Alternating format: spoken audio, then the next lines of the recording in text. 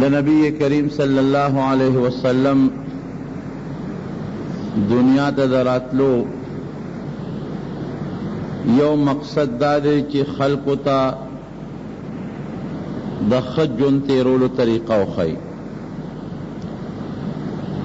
خکلی خوی او بہتر اخلاق داغی درسو کی معاشرہ مزیدار کی چی سوک یو بل سر جنگ نکی جگڑ نکی دشمنی نکی دا یو بل غیبت نکی دا یو بل پسر شیطانت او چغلی نکی کور کی خکل جن تیر کی خز سر خجن تیر کی بچو سر خجن تیر کی گاونڈی سرا امسایہ سرا دا نیک سرا دا انسان جن مزیدار او خوشگوار او خشتہ تیر شی دا دی وجہ فرمائی کہ دا دید پارا لے گلے شوے ما لیتمم مکارم الاخلاق یہ خلقو تا دا خکل جن تیرولو طریقے و خیمہ کہ پا کم طریقہ بسڑی پا کور کے دن او دا کور نبار خود جن تیرائی او حقیقت دا دی چی نبی علیہ السلام مبارک پا دا خپل جن کے زندگی کے دا سے خکل معاشرہ جوڑ کلا دا سے مزیدار معاشرہ چی تر قیامت پوری داغی مثال نشتا اگا خلق چی یو بل سر جگڑ کے اختو دا یو بل نے مرگون و مڑی کڑیو اگا خلق چی دا لورا و دا خور حق نہ پی جند اگا خلق چی لونا بے جمدے خول دا گاونڈی حق نہ پی جن دا سشیو بل سر لک اخپل سکرونا دا سے جن جوڑ شو اور انہوں دا مسلمان زندگی او جن دمدغ سے پکارم دے نبی کریم صلی اللہ علیہ وسلم یوزل یو میلمر آگے اگا میلمہ مشرک و کافر نو میلمہ چلا چاراشی کہ اگا کافر ہو کہ مسلمانی تب قدر و لحاظ کے دا عام قیدی مطابق نبی علیہ السلام اگا دا پارا جو بستر برابر کو سادر ورت برابر کو بستر برابر کو چتب پدے خوبو کی ادب شو پدے آرامو کا کافر پدے نیت راغلے چتب نبی علیہ السلام بیزتی حکم شپے تیر اکڑلا کافر او کلچ بیات سہر وقتی پاسے دا او اگا بسترہ چی نبی علیہ السلام ورطا پخپل سما کڑے وا دا دی عزت کڑے ہو اگا کافر دا اگا بسترے دا پاسا ورطا لوے او دسماتے ہو کو غٹ او دسماتے ہو کو لاڑو تختے نبی علیہ السلام مبارک چی کل راغے دے میلمت چی میلمہ پاسو ما چوے قتل میلمہ نشتا و کوٹا کے سخابین دے او چې بیا هغه بستر ته ورغی ورمخ کې چنو پاغې هغې بدبخته لویه ګندګي کړې وه او تښتېدلې وتلې حضور پاک مبارک خفم شو کہ سنگ میل تبا دا میلمه قدر کے عزت کے دا مسلمانې طریقه دا دا نو میلملم پکارو چې د کور د خاوندم خیال وساتي دا ګوره عام دستور دی نو دې کمبخت ښه کارو نه که گورماوت دا شپے انتظامو کو بستر او صادر میں والا برابر کا دا پلوے او دسماتے کو دا دوالو جہان مبارک صادر پخپل اگورے دمر مبارک دے پخپل دا آغا کافر آغا گندگی دا آغی صفائی شور اوکلا جی صادر راوالی آغا گندگی بار غرزائی او دا آغی صادر صفائی حالانکہ پکور کے دا آغا وقت کے نہ حبیبیانی دی کہ نہ حبیبیانی دی پکور کے نو چدا سے واقع پیخشی سڑے خزل آواز ورکی اللہ راشدہ صفا کا اللہ راشدہ گندگی لرے کا او دا نبی علیہ السلام بیبیان خود نبی علیہ السلام نظارے دی قربانے دے با لیکن نبی علیہ السلام پخپل چې یو کار کول شم ولې اوس بل د خوب نه پاسوم، زنانه د خوب نه پاسوم، بیبي د خوب نه پاسوم، پخپل لګیا دی او د هغې ګندګۍ د کافر صفی کوي. نو ګوره یو ګندګي ده او بیا د کافر ګندګي ده، او صفی یې په هغه لاسونو کېږي چې کم لاسونه دي د مبارک پیغمبر خشته نیازبین لاسونه په هغې صفی کېږي. کور چاته نه و چې راشه داسې وکړه، حالانکه شریعت کې منع نه دي ښځه ویدې دپاره چې هغه د کور صفی وکړي، ښځه ویدې له چې هغه څادر او د بسترې صفی وکړي. دا سړی که ښځې ته وایي څه بده خبره نه ده، د ښځې مقصد خو هم دا دی چې دا به کوي، لیکن دا د حضور پاک مبارک ښکلی جون. خو کافر چې کله تښتېده هغه په منډه و چې هسې نه نبي علیه السلام را باندې را نه شي، نو توره ترې په کوټه کې پاتې شوې وه. چې څه منزله ورته را یاد شو چې او خو توره را نه پاتې شوه، نو بیا په منډه منډه راغی او دی خیال و چې لا نبي علیه السلام به را پاسېدلی نی. چې راغې رو رو په قلار قلار کوټې ته ورننوځي او دروازه کولاوی چې توره به راوالم او منډه به کم. لا پیغمبر علیہ السلام بنی راغلی، خو چې څنګه کوټې ته ننوت او توره راځي د پیغمبر علیہ السلام باندې سترګې ولګېدې، هغه هم پې سترګې ولګېدې، یو بل ته یې وکتل. نبی علیہ السلام مبارک که دغه ځای کې بل سړی وي چې څه لوبه به ورسره کول، یاره که دغه وخت کې مونږ وي یا تاسو وي چې ښه ما در سره څه وکړل، تا بیا زما په بستر ګندګي و په هغه توره به یې را برابر کړم. نبی علیہ السلام مبارک ورته وی څه چل دی؟ وی صاحب توره رانه پاتې شو. وی توره دی اوس دام ورته نه وی چې دا زیاتې دی را سره ولې ما در سره خو کړل، تا ګندګي د ما په بستر وغورځول. ها کوم ځای توره دی؟ توره دی خپله واله. به د کافر حق دقسې حیران ودرېد چې الله داسې ښکلې خویرې دې سړي له ورکړی، راته هسې مو نه وي چېرې دا دې څه کړي دي، تپوس یې رانه ونه که او راته وی دا توره دی واله. بس کلک ودرېد، توره یې پرېښوده او ورمنډه یې کړه. نبي علیہ السلام مبارک یې د لاس نه ونیو، صیب دی خوښ، ما نه غټه غلطي شوې ده، زه قصدن راغلی او ستاسو د بېعزتۍ په خیال راغلی او دا مې دې دپاره کول چې تا ته تکلیف ورسوم. دا توره مې ایره شو واپس رالم، خو چې ستا دې ښکلي خوی ته ګورم، دې اخلاقو ته ګورم، ته راته دروغجن پیغمبر نه ښکارې، ته ما ته رښتونی پیغمبر ښکارې. لاس را دې خوا که چې بیعت ته سره وکړم، پاک قصات هغه کافر رب العالمین مسلمان او د مسلمانۍ نه پسې په خپله هغه خپله ګندګي را واغېسته.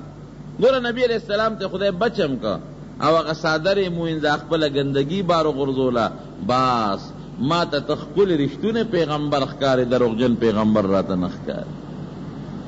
دا د حضور پاک مبارک درون او خشته خوی او ښکل اخلاق چې په کافر اثر کوي، کافر مشرک په مسلمانی. او کور کې د بیبیانو سره څومره ښکلې خوی. د عایشې بیبي کله نبی علیہ السلام ناستو، حضرت زینب رضی اللہ عنہا بله بیبي ده، هغې یو خادم له په لوښي کې خوراک ورکوي، دا نبی علیہ السلام له یوسه چې هغه پلیټ یې راوړه پکې خوراک پروت و، نبی علیہ السلام بیا یې راوړه، وی دا کوم ځای؟ وی دا زینب بیبي د پیغمبر هم بله بیبي وه، هغې را لېږلې دی. نو عایشې بیبي له پې غصه ورله، د بنو خاصې بنو ته لږه غصه کېږي چې غصه ورله، لاس یې اوچت که په ټسه هغه کاسه وواله، خو د ټیکري کاسه وه هغه په ځمکه پرېوته او ټوټې ټوټې شو او خوراک هم په ځمکه پرېوت. چې نبی علیہ السلام زما په کور کې زه به خوراک ورکوم، زینب ته ووایه چې ستا کور ته درشي بیا ته ډوډۍ ورکوه، زما په کور کې ته سره پاره ډوډۍ را لېږي، دا خو زما حق دی، زه به ورکوم. اوس که داسې واقع تا کره پېښه شي چې چل به کې وایې که نه، فوراً غوبل او کوتک او وال او ټکول چې ښه تا پردی کاسه ماته کړه، پردی خوراک دې وغورځو، دا دې څه وکړل. حالانکه د عایشې بیبي مقصد دا نو، د هغې دا مقصد و چې نبي علیہ السلام یې ښه خوشحاله و، هرې بیبي به دا غوښتل چې نبي علیہ السلام ښه خوشحاله شي او ښه عزت د نبي علیہ السلام وشي او د هغه زړه کې دا راشي چې ګنې زما را سره ډېره مینه ده. غلطي ورته وشوه، نبی علیہ السلام مبارک دخلین یو ٹکی ہوت وی غارت امکم مین دم حلاکی شدا سے سوک کی لکراتا سو چوکلت نی وطا قارو کو نی وطا غصاو کلا نی لرگی تا گو تکڑے بلکہ پخپل پیغمبر علیہ السلام مبارک کے ناس او آغا دا ٹکری دا کاسی آغا ٹوٹے راغن نکڑے او چی پخورو کم خوراک پروتو آغای پی دا پاسا کی خود او بارے غردو او خادم توی ویندی توی ادرے که صبرو عائشہ بی بی دا کوٹے نے نوی کاسا راواغشتا آغای ورکلا ویدا دا غماتشوی کاسی پا بدل کے غا زینب بی بی لیوس دا سخکولی خوی و خشتا اخلاق دا حضور پاک مبارک نبی علیہ السلام پہ سپک نشو چاور پسی بدو نوی چی دا سیوہ لکے بعضی کار داسی وی چی اغا پکور کے خضر خاون نافرمانی کئی یا دا شریعت خلاف کار کئی یا دا بد اخلاقی کار کئی نو شریعت ویلی دی چی خاون لپکار چی دی خضر بیا دب ورکی کوٹت ازان لکی وی وہی خبری و سر بندی کی دا مختلف طریقے شریعت در تخولی دی او کداسی او کاری کی او غلطی دا خزن اوشی او اغا تکل لالی بیا واپس خلیل نرازی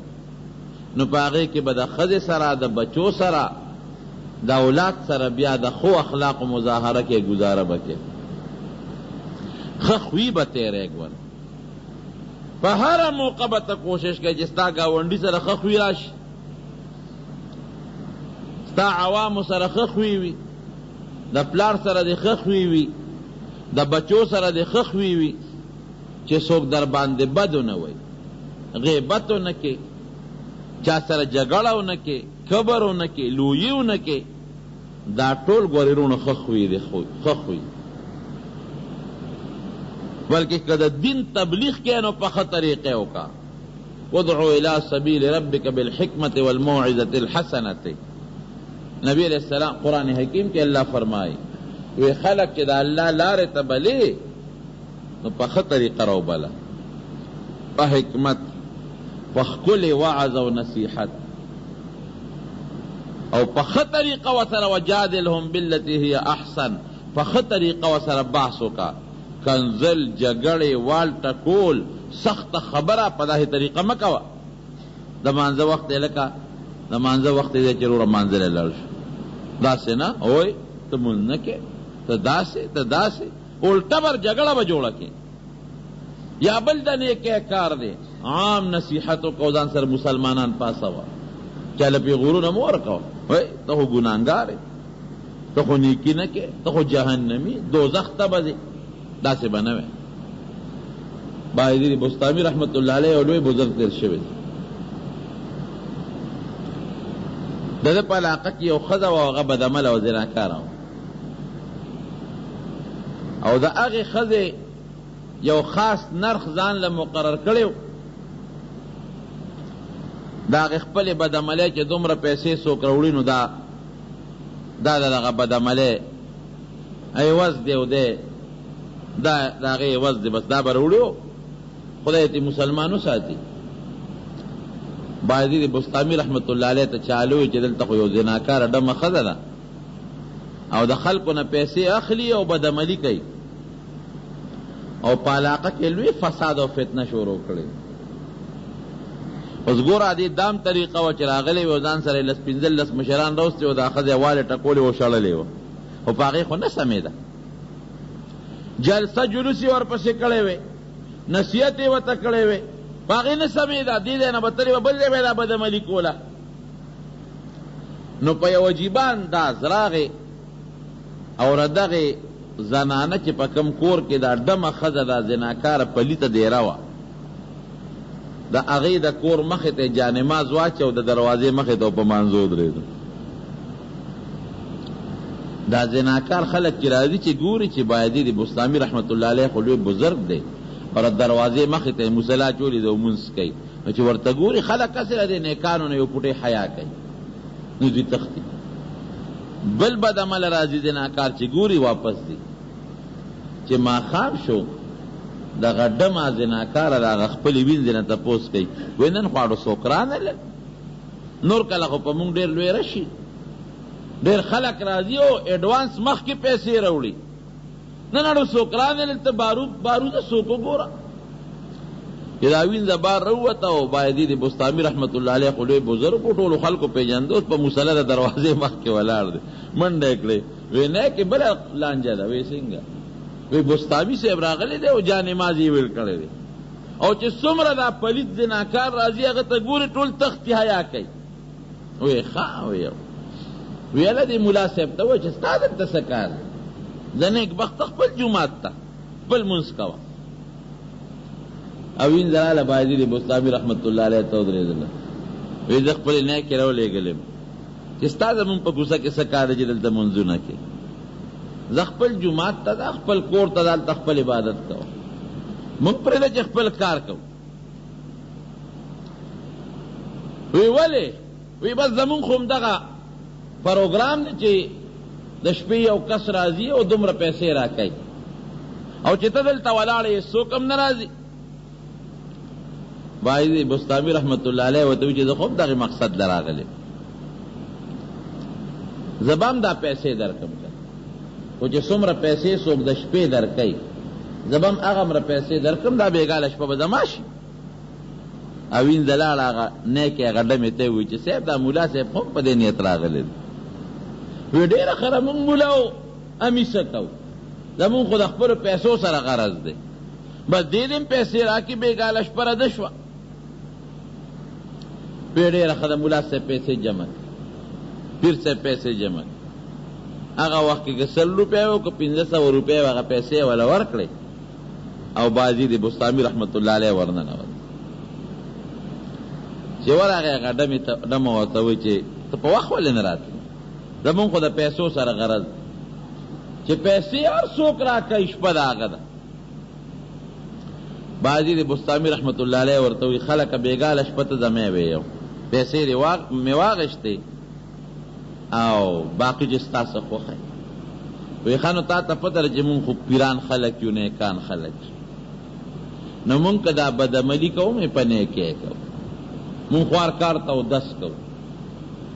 که مونځ کوو بیا وله اودس کوو که د دنیا بل څه نیک کار کوو په سفر ځو بیا اودس کوو که د سفر نه راشو کینو نو بیا اودس کوو نو که ما ورته اوس دا بدعملي کوو نو زه هم پیر یمه پټکې مې په سر دی او نن شپه مې ته په بیه اغېښتې نو ته به هم 2 رکاته ته به هم اودس وکړې زه به هم اودس وکړم اډه مو ورته ډېره خره زمونږ دې سره څه کار لا ښه خبره ده اودسونه دواړه وکړل بیا ورته بایزید بستامي رحمت الله علیه وایي چې ښه نو ګورې مونږ چې کم کار کوو مخکې 2 رکاته کوو مونځ کوو 2 رکاته نو آصف ما تاله پیسې درکړي شپه زما ده چې در باندې څه کومه به ته کې یو 2 رکعاته مونځ به زه م وکړم او 2 به ته م وکړي او د هغې نه پس به بیا د خپلې قصې پسې سمو ډېره دا ډمې په مانځو درول جانماز یې ورته وغواړه په مانځو درېده او باعدي د بستامي رحمت الله علیه شاته کېناسته او الله ته یې لاس اوچت کړې وی یا الله د بدعملۍ او د زناکارۍ نه مې راواړوله او دس مې پې وکړه پاکه مې کړه پروردګاره تا ته مې په مانځو ودروله باقي ستا کار زما دغه وس زما چې څه وس مې وکړه جګړه مې ونه کړه وال ټکول مې ونه کړل چغې مې ونه والې ریاکاري مې ونه کړه پاکه مې کړه ته پروردګاره بیا مې تا ته په مانځو دروله اوس تا ته ولاړه ده الله خدای ستا نه سوال کوم د دې بدعملۍ نه الله توبه ګاره خدای ته خو یې وساته او دا الله دا ټول مخلوق د دې مصیبت او د دې پلیتۍ او د دې ګند نه الله په حفاظت وساتي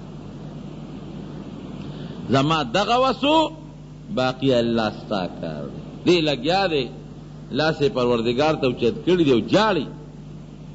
باید دې بستامي رحمت الله علیه او هغه ډمه هغه پلیته بدعمله په مانځه ولاړه ده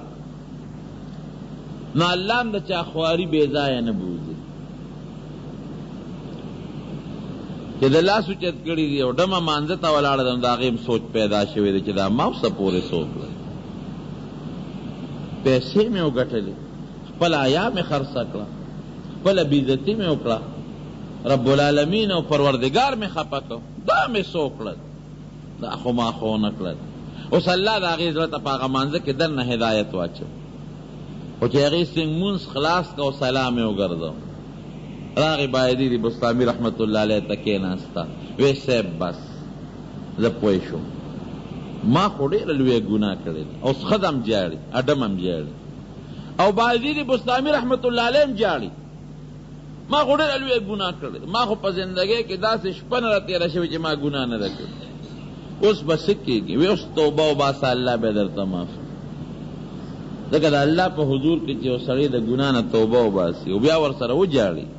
چې الله دا ګناه مې کړې ده او پروردګاره ما معاف کړې، بیا به نه کوم، نو الله د انسان ګناه معاف کوي. اوس توبه وباسه. هغې ښځې د بایدي د بستامي رحمت الله علیه په لاس بیعت وکړه، توبهګاره شوه، او په هغه زمانه کې ته داسې ښځه خدای جوړه کړه چې په ډېرو سړو کې داسې نیک بندنو لکه د هغې نه چې خدای پاک کومه ولیه او نیکه او بزرګه ښځه جوړه کړه. ټوله شپه به بیا الله ته جړل، ټوله شپه به الله ته زاري کوله، دروازې به یې روجي نه وي او د شپې به یې تهجد او عبادت کو. دا خوا خدای نیغه کړه او ټیک شوه، په سمه لار شوه، نیکه نیغه. لیکن د بایزي د بستامي رحمت الله علیه د هغه ښو اخلاقو د برکت نه ګوره، خو پسې خلق پاسولی وي، راځئ جلوس ورپسې وباسو، زنده‌باد او مرده‌باد کو چې دا ښځه د وطن نه وباسو چې دا ولې بدعملي کوي. دلته نه به تلې او په بل ځای کې به دا بدعملي کول. خو هغه د ښکلي خوی او اخلاق نه په دا تبلیغ کې کار واخیست. د تبلیغ اصول هم ګورې دا د دعوت قاعده دا ده چې مسلمان به د الله لار ته بلي، خو په ښکلې طریقه، تنګول به نه کې، کنزل به نه کې، د ګناه پیغور به چاله نه ورکوي چې ته دا فلان کې ګناه کې. نبی کریم صلی الله علیه وسلم فرمایي بني اسرائیلو کې یو سړی و، نیک سړی، او بل یو سړی ډېر زیات ګناهګار و. دا نیک سړی راغی او دې ګناهګار ته نصیحت کو، راځه مونځ کوه، مونځ کوه، دې ګناهګار به مونځ نه کوه. یو ځل دا نیک سړی راغی ورته مخامخ ودرېد، وی زما د قسم په خدای وي چې زه به جنت ته ځم او ته به دوزخ ته ځې. پوره ولوېده، زما د په الله قسم زه به جنت ته ځم، ته به دوزخ، تا به چېرته هم خدای جنت ته نه بوځي. زه درته نصیحت کوم، زما خبره نه منې. وی رب العالمین فوراً فرشتو ته حکم وکړ چې دا جنت د ده دی چې زما په بندی بندی، ځان له جنت رجسټري کې دا ستارې او دا دوزخ ستارې چې زما بندلی ورکې. ورشه اعلان ورته وکړه چې دا څوک دا خبره کوي چې ته به دوزخ ته دی، جنت ته به نه ځې، او زه به ځم، دی به دوزخ ته دی او دا بل نیک کوم دی به جنت ته ځي. د خدای د رحمت نه به څوک نه مایوسه کړي او نه به ځان د جنت ټیکهدار ګڼي. دا به وایي چې یا الله دا نیکي مې وکړه، دا قبوله کې، الله قابل نه یم د جنت، خو ما ورته بوځم. او بل مسلمان چې ګناه کوي دا به نه وایي، څه پته لګي دی ګناهګار دی، ګناهګار دی، ګناهګار دی. ممکن د آخر وخت خدای پاک د نیکۍ توفیق ورکړي او توبه وباسي. غټ غټ لوی لوی بزرګان به درته وښیم، د زمانې غټ غټ لوی لوی بزرګان چې هغوی په معمولي په لږه لږه په ډېره وړه وړه نیکۍ باندې رب العالمین کم ځای ته رسولي دي. جنید بغدادي رحمت الله علیه څونه لوی بزرګ دی، داسې بزرګ دی چې زمونږ د اولیاء او د بزرګانو په صف کې نوم دی. دی پهلواني به کول او کبډي به کول، دا په دوه کبډ مار چې په کبډي ورشي او راوپر دی یو بل انعام وګټي، غټ پهلوانو. او د بادشاه په دربار کې به کبډي کوله. یو ځل د کبډي مقابله ده، لوی لوی پهلوانان میدان ته راغلي دي او بادشاه ناست دی، وزیران ورسره ناست دي. دا جنید بغدادي لوی پهلوان د میدان ته راووته او دا رون وی دا پهلوان، دا پتونې و ورونې وویشته چې څوک زما مقابلې له روځي. ځکه دا داسې پهلوان و چې د بار یو سړی را پرځو. په دغه علاقه کې د ده په ټول عراق او بغداد علاقه کې د ده د مقابلې پهلوان بل نو. یو رکوټ هلک دی، چانجې پانجې، هغه ورته میدان ته ورووته، وی زه مقابله کوم. خلق ورل د مټې ونیو چې د خدای نیکبخته که یو لته ووالې اوس به مړ شي. ته د هغه وجود ته وګوره، ستا غوندې خو ته سل جوړېږي. دا څه کې هغه وی نه ځئ مقابله کو. او بادشاہ اعلان کړو چې کدا جنید چام راو پرځو دومره لکه درهم دا غي نام دی.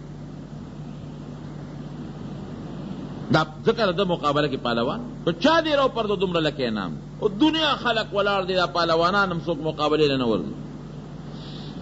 خلق ورونی وینا دې کو مقابله بادشاہ وته لکه په قلار کې نه مکو وینا زجی وردم زه پوښتنه زما وجود ته مګوره که وجود مې ورکوړ خو طاقت داغه نه ماته زیات زیرا پرځو. خلق وته نصیحت کوي منت کوي جنید بغدادي ورته وی چې لکه خدای ته وګوره ملا مخ کې کېږي خو کله یو لاس سره مې دیکا درکنو اډو کې بده ماتي دا څه کې ځان وجنه وې ز پېښه د موتروندو ز پېښه او ته پېښه بادشاہ ورپېږي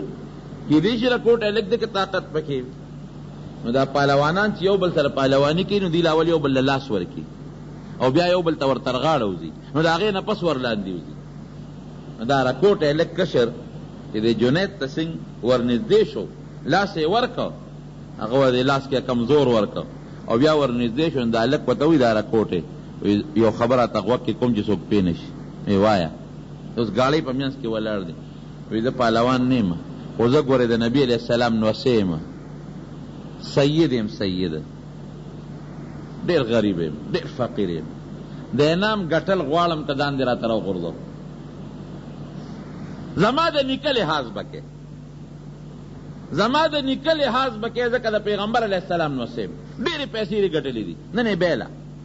ډېرې دې ګټلې دي ستا عجیبه نه دي بادشاه راکوي خو زما د نیکه خیال به ساتې ځکه زه د پیغمبر علیه السلام نوسې یم سید یم نو که دا انعام دې راباندې وګټه زما د نیکه خیال وساته وی ډېره ښه لاس اچوي د قصده کله چې څوک شکیان هم نشي اوس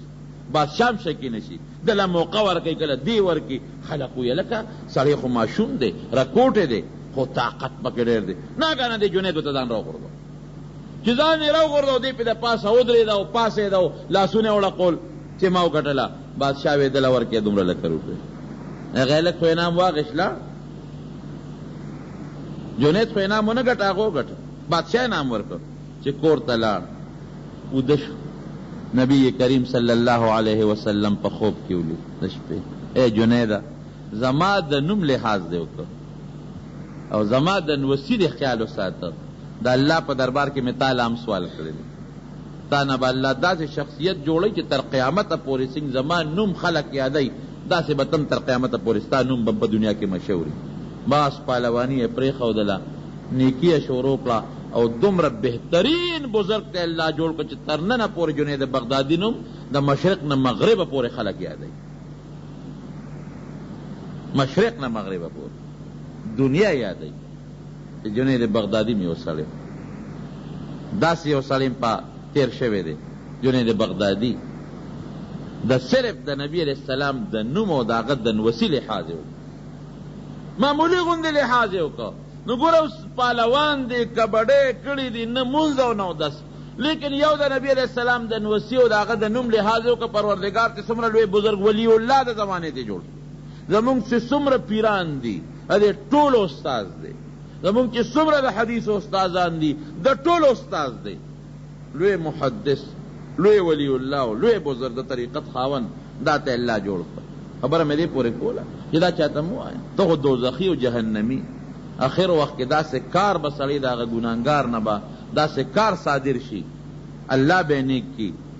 چې جهنم په ځای به جنت ته لاړ شي. نو د دعوت او د تبلیغ هم دا یو طریقه ده یو څه د دعوت کې تبلیغ ورته کې د هغې خپل اصول خپله طریقه ده دا به نه وی اوهو ته خو ګناهګار یې ته خو دوزخي مونځ نه کې دوزخ ته به دی زه به جنت ته ځم نه په داسې طریقه تبلیغ او دعوت وکړه لکه څنګه چې بازي د بستامي رحمت الله علیه دعوت او تبلیغ هر چا سره ښه خوی چلوه ښکلی اخلاق چلوه ګوره نبی علیه السلام مبارک فرمایي چې یو سړی په لاره تېرېږي او یو ډلې له ورغې نو یې دې سلام واچوي خو ودرېږي غږ دې نه کوي دې چې دعوت ورکوي چې مونځ له راځه د نیکۍ خبره ورته کوي غږ به نه کوي چې هغوی خپلې خبرې خلاصې کړي او دله تپوس وکړي چې وروره څه له راغلې هله خبره شروع کړه ورې هسې نه چې هغوی په خپلو خبرو کې مشغولي په هغوی خپلې خبرې قطع نه کړي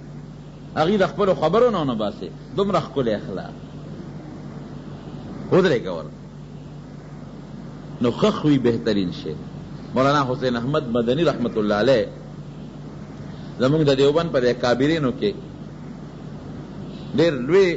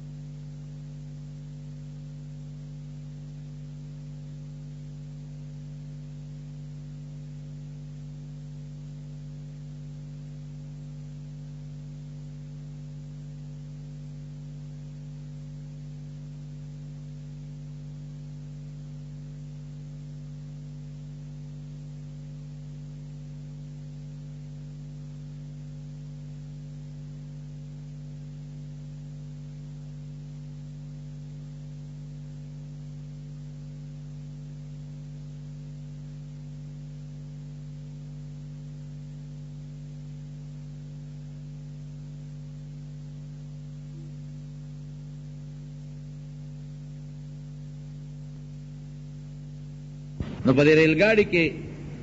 په هر ډبه کې یو غسل خانه خلک پکې ودس ماتای. یو لوی سیټ ته هندستان کې په دې ګاډي کې سفر کوي. هغه غریب چې ورغه هغه ټټېره نو ټټې ټوله ګنده وه. د کار قسم خلک ماشومان هم ورننوځي پکې ودس ماتای، لوی هم ورننوځي، ټوله ګنده وه. دا سیټ بار راووت. چې بار راووت نو بیا ورغې بیا بار راووت. مولانا حسین احمد مدنی رحمت اللہ علیہ پوه شو چې یاره دې غریب له خو او دسماتی زور ورکړی دی، خو معلومیږي دا چې ټټۍ ګنده ده، دې غریب پکې او دس نشي ماتولی او تکلیف دی ورته. بس پخپله ورغې ټټۍ ته ورننوت. چې ټټۍ ته ورننوته پکې اوبه نشته، اوبه پکې خلاصې دي چې په هغې څپی وکړي. تاسو یقین وکړئ د دې سګرټ د ډبو دا ټوټې نه دي، دی راغونډې کړې او په هغې هغه ټټۍ پاکه او صفا کړه. په خپله مولانا حسین احمد مدني صاحب تاریخ لیکي، په هغې یې د هغې صفی وکړه او هغې مکمل پاکه کړه او صفا یې کړه او بیا لږې اوبه پیدا کړه، هغې پې د پاسه واچولې، ټټۍ پاکه کړه. چې بار ته راووت سیټ ته وایي سیټ صاحب او دسماتي تکلیف ضرورت درته نو ټټۍ ته ورشئ. وی نه نه زه نه ورځم. وی نه یاره وی خو ګندره د خپې د ایښودو ځای پکې نه. وی ته خو ورشه وګوره که نه سړیه چې هغه ورغې داسې لکه شیشې غوندې پاکه او داسې پکې مات دا زمونږ د بزرګانو طریقه او یو ځل ریلګاډي کې روان دی، یو ځای کې جلسه ده د انګریزانو خلاف، خلق ورته په سټیشن استقبال ته ولاړ، دنیا خلق، ځکه یو ځای کې جلسه ده او په زرګونو خلق بلکې په لکونو خلق ورته ناست استقبال ته، سټیشن ته ولا خلق راغلي چې په دې فلانکي ګاډي کې فلانکي ټیم چې سټیشن ته کوم ډبره رسیږي نو دی کې مولانا حسین احمد مدني صاحب او دی به د جلوس په شکل کې مونږ بوزو جلسهګاه ته چې هغه ډبه څنګه راورسېدله، خلک څوک یو ډبه کې سر په شیشه ورته کوي، څوک بله کې دی ګوري چې دی څه شو، او دی کې یو هندو دی، هندو سیټ دی، جلسې له سټیشن ته دله استقبال له دنیا راغلی دی، نو په دې سټیشن کې دا کولیانې چې دا خلکو سره سامان وړي، بکسونه مکسونه وړي، اوس دا سیټ غریب که یو ته وایي یاره ما سره سامان دی چې د کولی راله وګورئ، بل ته وایي ماله چې د کولی وګورئ سامان دی را سره. مولانا حسین احمد مدني صاحب خو پوه شو چې دا غریب به دا سامان څنګه وړي، ځکه دی خو په خپله د سامان د وړو دی نه، سامان ورسره ډېر دی او کولی شته نه، دا جلوس دا خلک ټول ماله راغلی دی، دی به څه کوي؟ وی سیټ صاحب کم خوا دا سامان وړي، خو هغه یې نه پېژني، وی فلانکي ځای ته، وی زه به یې راسره یو سم، هغه پې دا ګمان وکړو چې دا به هم څوک مزدور به یې نو، بکس یې د هغه په اوږه کوه او بیګ یې ورله ترخ ته واچوي، ته رانه مخکې شو در پسې یم. اوس هغه سیټ هندو مخکې دی، مولانا حسین احمد مدني صاحب ته بکس په سر دی او بیګ یې ترخ ته اچولی دی ورپسې دی، او خلک اوس د دې استقبال ته څوک یو ډبه کې ګوري، څوک یې بله ډبه کې ګوري، څوک چې دی به کم ځای کې وي، په لاره روان دی او سطح مخکې دی، هغه هندو سیټ او دی ورپسې دی، چا ولیده او هلکه مولانا صاحب خدا دی مونږ یې په ډبو کې ګورو، یو هم ورمنډه کېږي چا به د بکس را وي تاسو صبر وکړئ زه راځم، بل هم ورمنډه کوي، یو خلک په استقبال دل راغی چې هغه هندو سیټ وکتل چې خدایه دا مې څه جرم وکړو، دا ما چاته دا بکس ور په اوږه کړی دی، خدا خو چې دله دا خلک استقبال ټول راغلي دي، او ته یې صاحب به زه معافي غواړم او دا بکس بدل ته کېده، وی نه نه شا به زه مخکې کوي، خلک هم ورته منت کوي، هم ورته وایي صاحب ما نه غلطي وشوه زولی درته نیسم خدای دپاره، دا ټول خلک خو تاله استقبال له راغلي دي،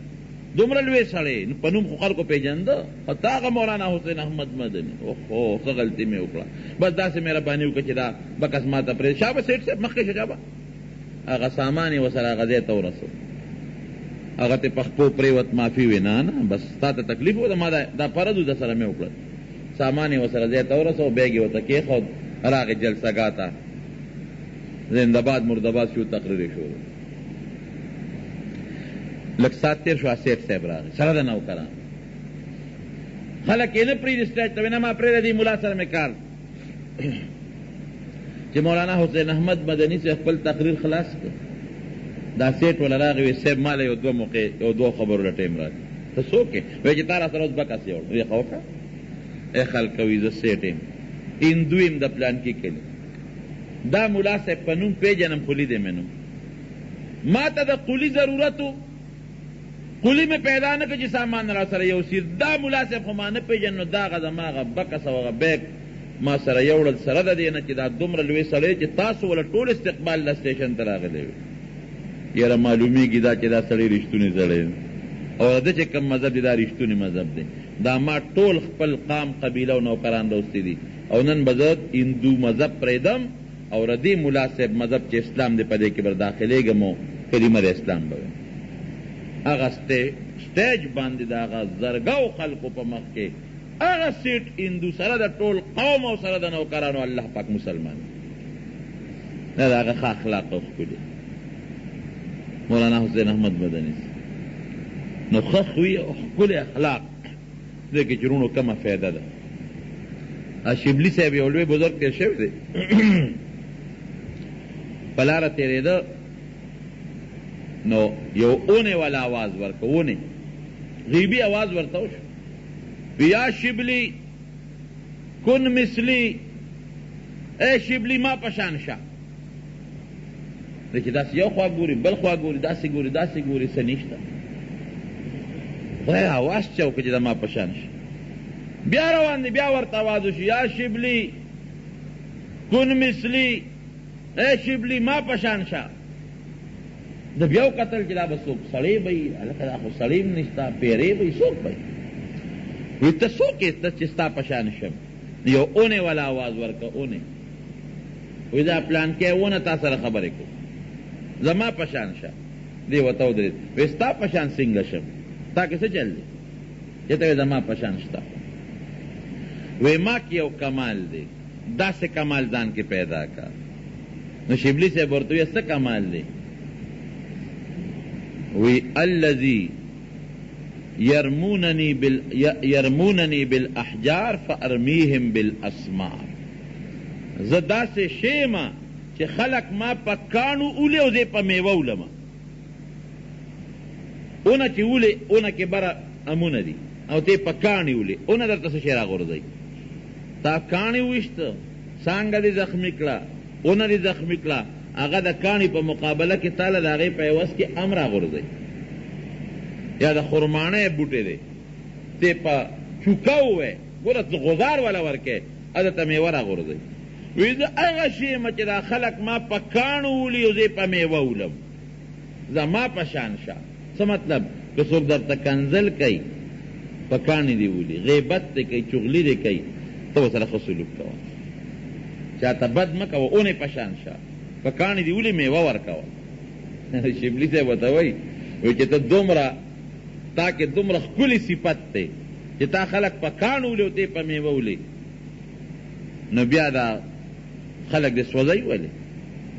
په صبر چې دې څوک وي راو دې غورځوي ستا بیا الله حفاظت ولې نه کوي بل اوس به اور کې پرته سوې سوې به پرته ایرې ایرې به پرته په اور به سوځي دومره لوی صفت در کې دی نو دا په اور ولې سوځي و یو نقصان را کې د هغې د وجه یو نقصان دی را کې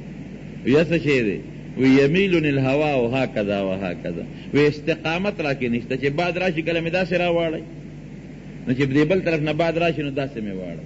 نو چې بیا دې بل طرف نه باد راشي نو دې بل طرف ته مې واړی وی پځې ټینګه نیمه دا سزا ذکر ته ملاویږي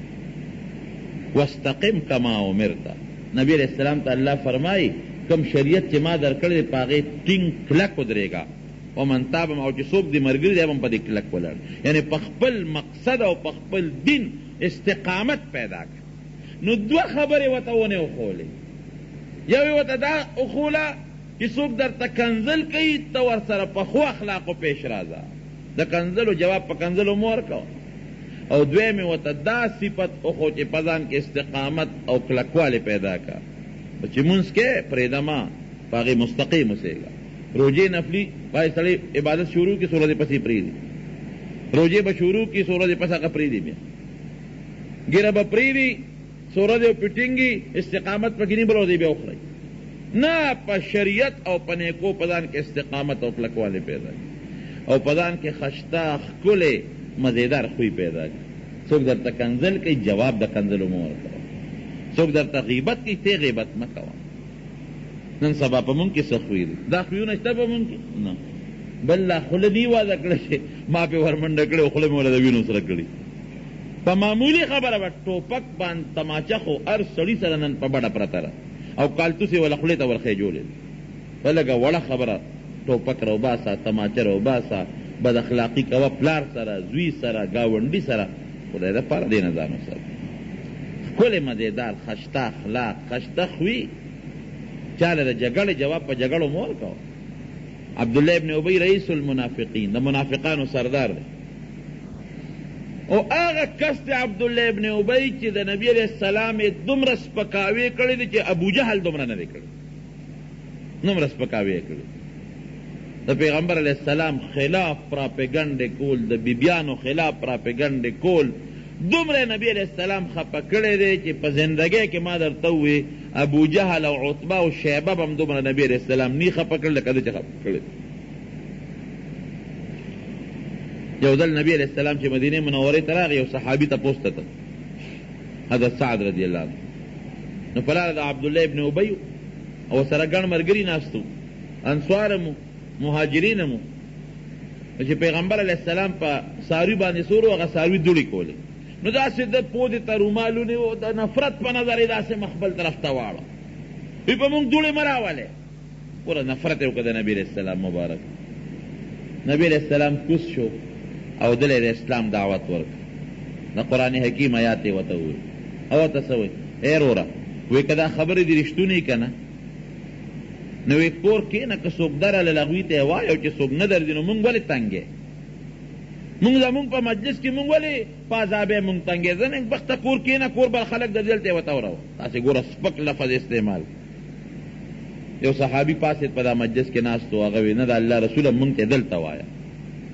بال کافر پاسې دوی نه دلته به نه وی جګړه جوړه شو پیغمبر علیه السلام خلک په قلار کړ او بیا لاړه هغه صحابي ته یې ګیله وکړه وی ګوره عبدالله ابن ابی دا چل وکړه وی خیر د الله رسوله وی دې مونږ مشرکه و تاج هم ورپسې راو د مشرۍ پټکې م ورته تړه ته رالې تا له خدای پیغمبري در کړه مونږ ټول ستا ملګري شو دا ځکه خدای والې غصه دی د نه مشري لاړه نو چې دې کله مړ شو دا مردار نو د مرګ نه مخکې وصیت وکړه زوی ته یې وی لاړ شو نبي علیه السلام ته زما یو وصیت وروه چې یو به نبي علیه السلام خپل کمیس ماله راکړي چې دی واچو او دویم جنازه به راباندې کوي نبی کریم صلی الله علیه وسلم خپل کمیس وویسته او زر یې وله ورولېږي ورشه دا وله ورکړه او جنازې تپوس یې وکړه هغه ټیم د نبي علیه السلام ورغې خو چې څنګه پیغمبر علیه السلام ورمخکې کېده عمر فاروق ورغې لمن نه یې کلک ونیوه وی د الله رسوله څه کوې وی جنازه کوم وی دا ته نه پېژنې ته جنازه کې دا څوک دی دا خو هغه سړی دی چې ستا یې دومره زړه خفه کړی دی او زړه یې دردمن کړی دی چې په مخ د ځمکه به دومره خفګان تا ته ابوجهل او چام نه رسولی وی عمره پرېمې اخرا لرې شه د مان وی مه کوه د جنازه وی اخواشه د جنازه کوم ولې جنازه کې د الله رسوله مه کوه وی انی اريد ان یسلم الف من قومه دا مې اراده ده چې د په قوم کې زرګونه خلک څوک کافر دي او څوک منافقین دي چې دا خدای مسلمانان دي ته پرېږده ما پرېږده نبی علیه السلام مخکې شو جنازې یې وله او زما په جنازه دی خدای نه بخي په خپل عمل به بخي کمیس به م ورته واچم نو چې جنازه نبی علیه السلام وکړه نو قرآن حکیم کې الله آیت نازل استغفر لهم او لا تستغفر لهم ان تستغفر لهم 70 مرة فلن يغفر الله لهم غالبا داسې الفاظ بیا وروسته راځي چې لا تصلي على احد منهم مات ابدا ولا تقم على قبره وی آینده د پاره د منافق جنازه ګورې ونه کړي الله پاک نبی علیه السلام ته حکم نازل د منافق په قبر به نه ودرېږي جنازه به یې نه کوي او یا کرتا ته وله بخنه وغواړې دا منافق ته نه یې بخم بیا جنازه ونه کړي عمر چې څه ویلو ټکې ویلي دي لیکن د دواړو جهانو سردار خو دغې وخته پورې لا منې شوی نه و وروسته منې شوه منافق د جنازې نه جنازې وکړه ګوره د ښو اخلاقو مظاهره یې وکړه نو د عبدالله ابن ابی چې څومره قوم منافقین کافر په زرګاو خلک رب العالمین مسلمانان کړ مونږ د سره څه کوو دی را سره څه مونږ د خلاف پراپګنډې کوو او دا پیغمبر راځي زمونږ د سړي له کمیس هم ورکوي دوام وله کوي جنازه هم پې کوي په هغه ښو اخلاقو پروردګار په تاریخ کې راځي چې په زرګاو خلک د عبدالله ابن ابی منافق د قوم الله پاک مسلمانان کړ خو اخلاقو کې چې کم کمال دی قسم دی که دا په بد اخلاقۍ کې شته که ما چا سره بد اخلاقي وکړه نو ټیک ته هغه لږ ساعت کې خو به زه ځان ته لوی ووایم او زما بړۍ به راشي وروسته به څه کوو ځان له مې غم جوړ کړه خلک به راپسې بد وایي نو وروڼو جګړې به نه کوي یو بل سره که څوک در سره زیاتې کوي خدای ته یې سپاره ګنې بخی ته ګوره که یو سړی تاله سپېړه درکړي او تان ته سپېړه وویسته بدل د خلاص شو او که الله ته دې وسپاره نو ستا سپېړه بسیتې د الله سپېړه ته پرېږده چې خدای ته له خپله سپېړه وباسي که ښه ورسره کوې نو بدل دی والا که بد ورسره کوې نو د الله سپېړې ته یې پرېږده یعنې مسلمان ورور دی وی به چغلي غیبت جګړې د مشر بې قدري کشر سره بد سلوکي دې نه به ځان ساتي دا مې دې پورې دا نن تحقیق د اخلاقو درته وکړو چې بیا د مشرف دا سرخوړلي وټونه راغلل کور په کور بیا دشمنی جوړه په ګاونډ کې په کور خلک وټونو ته ولاړ یو ته مقابلې ته بل ته مقابلې ته بل ته نو دغې وټونو والا تام ویم او تاسو تام ویم چې پام کوئ جګړې ونه کوئ یو بل سره اختلاف ونه کوئ د یو بل بد ونه وایئ څوک پاس شو نو څه جنت ته به لاړ شي او که څوک پیل شو نو څه دوزخ ته به لاړ شي جګړې به نه کوئ د خو اخلاقو سره به مخامخ کېږي، ښه خوی به چلوې په صحیح طریقه باندې. کافر قومونه که یو بل سره وټونه کوي نو چې کم پاس یو پیل شي یو بل ته ورته رغاړو، یو بل له لاس ورکړي. او مونږ خلک چې وټونه وکړو چې څوک پایل او پیل شي چې دا کم پیل شي دښمني ورسره جوړه کړي. دا خوش عادت دی، ښه عادت. مونږ مسلمانان یو ټول وایي الحمدلله. او مونږ دا غواړو چې زمونږ د هغسې خوی شي کوم خوی چې د دواړو جهانو د مبارک سردار او په کوم میشن په کوم مقصد چې رسول الله مبارک الله دنیا ته رالیږلی دی، په کار چې په هغه مقصد کې مونږ ځان کامیاب. نو غیبت، چغلي، بد اخلاقي، جګړې، یو بل پسې سپکې ویل، د یو بل خلاف پراپیګنډې کول، دا ټول ګناه کبیره دي، غټ غټ ګناهونه دي. الله دې مونږ د دې ګناهونو نه په حفاظت وساتي. دعا یا الله مونږ کې ښکلي اخلاق پیدا کړي، یا الله د بد اخلاقۍ نه مو ساتي، الله د جګړو نه مو ساتي، د حسدونو د بغضونو نه مو ساتي، د ظلم نه الله ما په حفاظت وساتي. او الله دواړو جهانو خیر هم نصیب کړي، د دواړو جهانو خوشحالي هم نصیب کړي، د شر او د فتنو د بندګانو نه مو ساتي. چې څومره مریضان دي الله تعالی شفا ورکړي. زمونږ د بدرخیلو کندي کې سرفراد لالا بیمار دی، دعا یې غوښتې ده. ما ته یې لږ راولېږه چې مونږ ته جمع خلک دعا وکړي، دعا ورته وکړه چې الله تعالی وله شفا ورکړي، الله دې جوړ کړي او الله دې وله روغ صحت ورکړي. څومره مریضان دي په کورونو په هسپتالونو کې الله تعالی شفا ورکړي. که څوک قرضداران دي الله قرضونه اخلاص کړي، او که څوک مردگان وفات شوي دي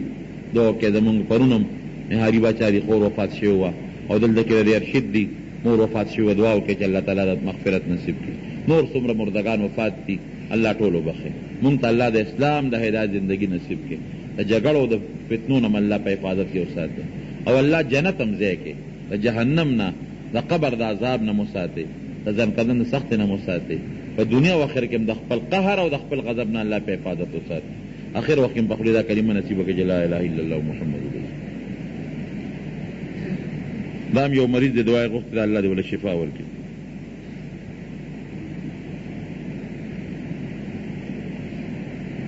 او دا یو حدیث متعلق تپوس یې کړی دی، دا بیا ځان له راشه زه به دې پې پوهېږم.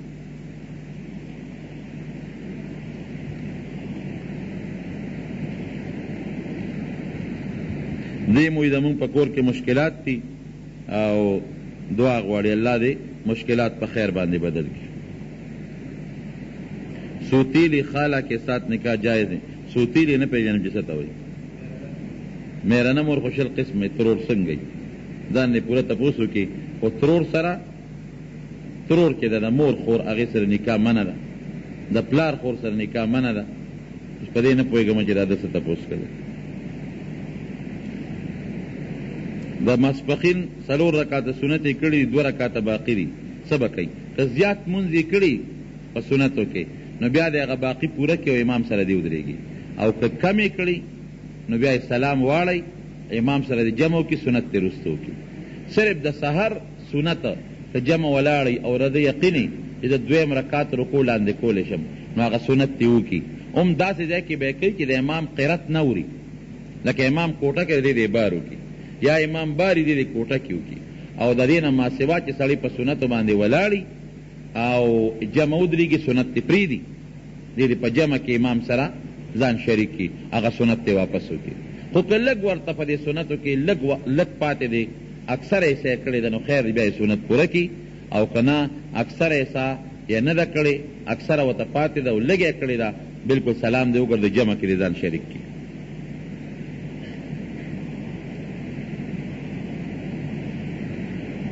دا کیړې مکوړې دا جراثیمي څیزونه دا وجل خیر دا که څوک مړه کوي.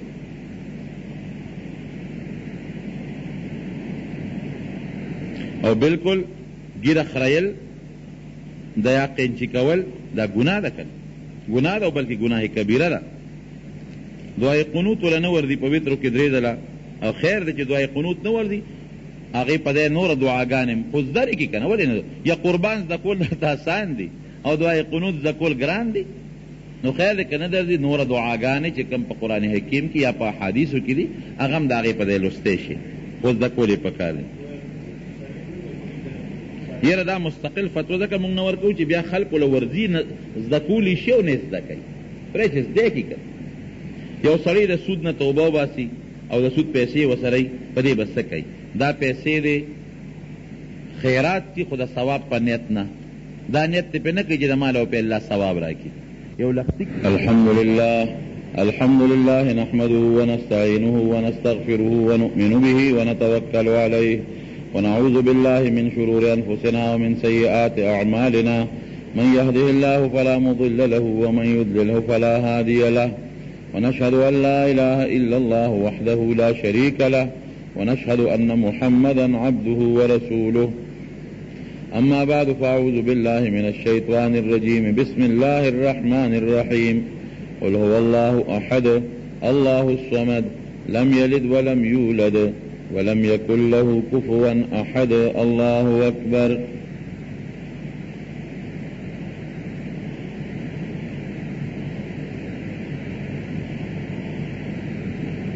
اللهم صل وسلم على سيدنا ومولانا محمد وآله وعترته بعدد كل معلوم لك اللهم إيمانا بك وتصديقا بكتابك ووفاء بعهدك واتباعا لسنة نبيك وحبيبك محمد صلى الله عليه وسلم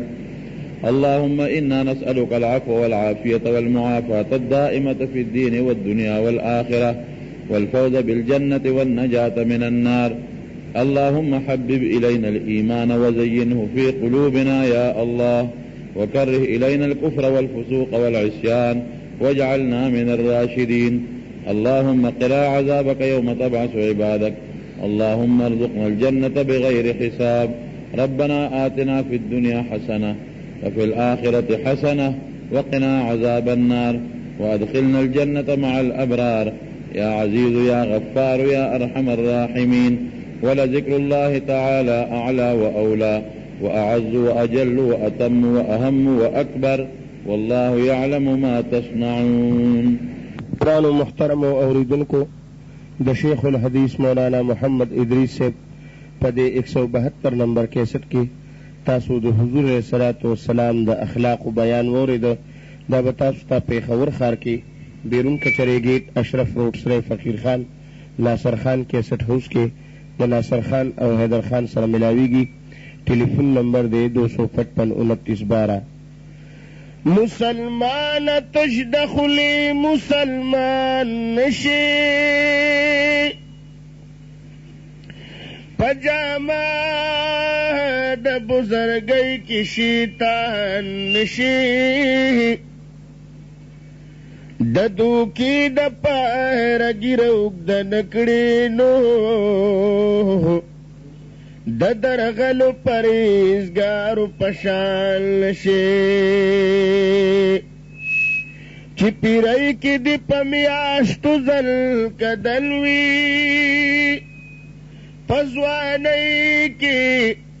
ارام خور د جہان نشی آخرت بدی لرگی شد ڈمبرنو پناہ کا قسمنو گویال نشی تدخلی مسلمانی وی خوف فضلدا مومنانو کی بچری روان نشی زان د خدای کړتا بیدار ک جنت غواړي اوچ په اوچ دا وګر په زبان نشي نفس شیطان د قلندر پشان دی گیر کا چی شیطان تا زن کدل کی آسان نشی اسن چی دی کافر د دنیا تیر کړي بیا پتیر وخت کی په بدخ پیمان نشي خپل خپل مخر چا تخکاری آئینه کی د بدای پزه د نیکو پخوان نشي زپڑانگ والحمید گل سپینوینا کوما گل من خفا زما پا بیان نشی تچی پیدا شلی دنیا شلا رڑا حبیبا دا پاک اللہ حبیبا زما آقا حبیبا تچی پیدا شوی دنیا اکڑتا جلا محمد قسم باللہ محمد زما آقا محمد تچی پیدا شلی دنیا شلا رڑا حبیبا دا پاک اللہ حبیبا زما آقا حبیبا دا پاک اللہ حبیبا زما آقا حبیبا اوتا چی تشریف راڑا دنیا تا خوشحالی جوڑ شوار خواتا تا چی تشریف راڑا دنیا تا خوشحالی جوڑ شوار خواتا شکر دی بدل شوا فضا حبیبا دا پاک اللہ حبیبا زما آقا حبیبا و دا پاک اللہ حبیبا زما آقا حبیبا تچی پیدا شلی دنیا شلا رڑا حبیبا دا پاک اللہ حبیبا زما آقا حبیبا تچی پیدا شوی دنیا اکڑتا جلا محمد قسم باللہ محمد زما آقا محمد تچی پیدا شلی دنیا شلا رڑا حبیبا دا پاک اللہ حبیبا زما آقا حبیبا و دا پاک اللہ حبیبا زما آقا حبیبا یا چپا زانگو کے زنگ دلی نبی لکا دلور بزلی دلی چپا زانگو کے زنگ دلی لکا دلور بزلی دلی تپرشتی نما شقائد مولا حبیبا دا پاک اللہ حبیبا زما آقا حبیبا تچی پیدا شلی دنیا شلا رڑا حبیبا دا پاک اللہ حبیبا زما آقا حبیبا تچی پیدا شوی دنیا اکڑتا جلا محمد قسم باللہ محمد زما آقا محمد تچی پیدا شلی دنیا شلا رڑا حبیبا دا پاک اللہ حبیبا زما آقا حبیبا ای ابو طال پزم کرا گزار شو ستا پرات للو سر خوار شو او بوتال پزم کرا گزار شو ستا پرات للو سر خوار شو دا دیر غم شیطان اکڑلا جڑا حبیبا دا پاک اللہ حبیبا زما آقا حبیب و دا پاک اللہ حبیبا زما آقا حبیبا تچی پیدا شوی دنیا اکڑتا جلا محمد قسم باللہ محمد زما آقا محمد او پا عرش لاولم دا اللہ دے دویم نم لکھ لیے پستا دے ای پا عرش لاولم دا مولا دے دویم نم لکھ لیے پستا دے دمرا حاصل در تشل مرتبہ حبیبا دا پاک اللہ حبیبا زما آقا حبیبا دا پاک اللہ حبیبا زما آقا حبیبا تچی پیدا شلی دنیا شلا رڑا حبیبا دا پاک اللہ حبیبا زما آقا حبیبا اوار نبیان درتا حیران دی ستا دلی دلو پرمان دی په مقدس کې شوې امام الانبیا حبیبا د پاک الله حبیبا زما آقا حبیبا و د پاک الله حبیبا زما